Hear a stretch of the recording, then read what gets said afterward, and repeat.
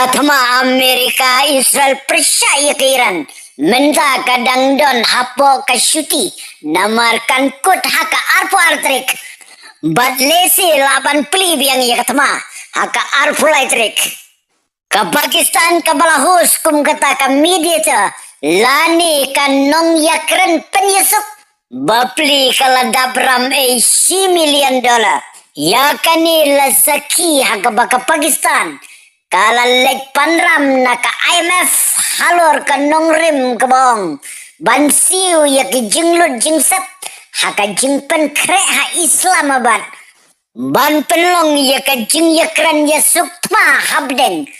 Ka Amerika Israel Persia ya ke Iran. Pakistan bepli. Kiar sengi bala penbaik kata gadai kadway bat kad artrik.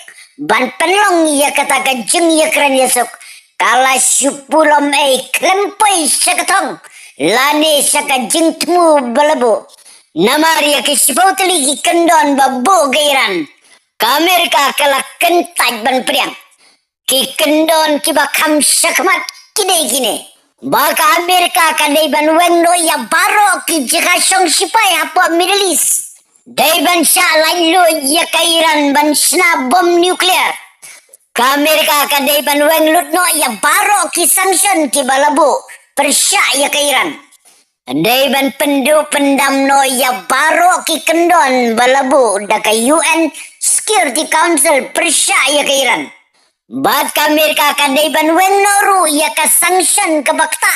Ya ki wai pat kiri ki ban ya kai pateng bat ke Iran. Dai ban penkut no ya baro ki tma hapo West Asia.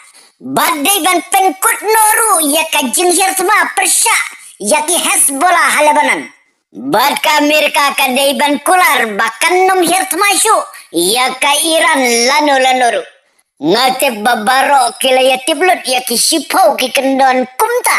Ngala syu kedo hang ni tang ya ki katu kene teliki poin. Ne ki kendon ya ka baka Iran kalabu hakmat.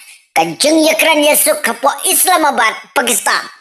Ya kita ki kendon jong ke Iran ka Amerika kam trehiru tang ban yakran ru. Kumta kajeng yakran ya suk. Kala syukur no klempoi syakatong. Lep bitaru Donald Trump. Parlok lada pirang kuasyu ban yosno ya ki update sa kajeng ya day ka Amerika ban Iran sa comments. Next.